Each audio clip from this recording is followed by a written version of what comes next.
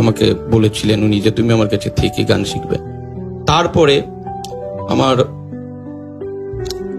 আপ্পাজি চলে গেলেন, কিছুদিন ওস্তাদ রাশিদজির কাছে আমার শেখার সুযোগ হয়েছিল।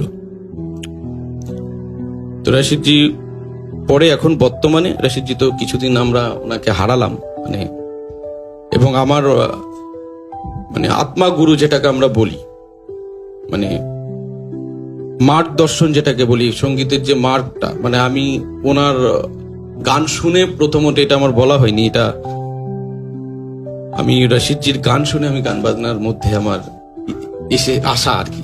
আচ্ছা, বাহ। তো আমার আওয়াজ, সবাই বলতো যে আমার আওয়াজ নাকি ওনার মতো হয়ে গেছে আর কি।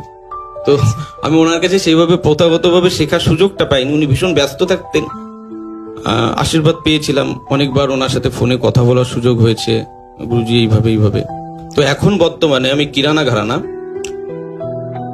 ওস্তাদ মাসরু আলী খান, উনি আমার বর্তমান গুরু। ওনার কাছেই আমার দীর্ঘ সঙ্গীত জীবন। আমি চাই যে উনি আমার প্রোগ্রামটা হয়তো শুনছেন, এই প্রোগ্রাম, মানে আমি ফোন এখানে আসার আগে আমি ওনার সাথে কথা বলেছি, তো উনি প্রোগ্রাম হয়তো শুনবেন। এই হচ্ছে ব্যাপার। গুরু কৃপা থাকলে, গুরুর আশীর্বাদ থাকলে এর থেকে বেশি বোধহয় আর কিছু লাগে না।